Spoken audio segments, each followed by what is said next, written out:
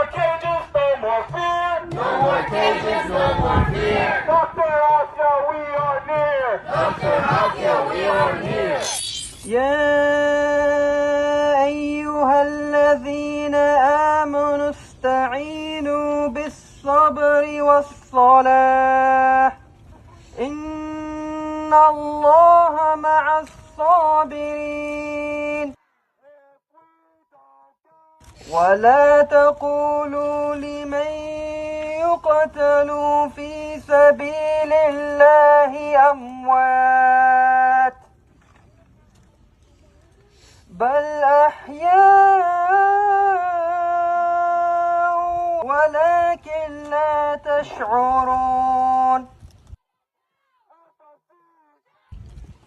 ولنبلونكم بشيء من الخوف والجوع ونقص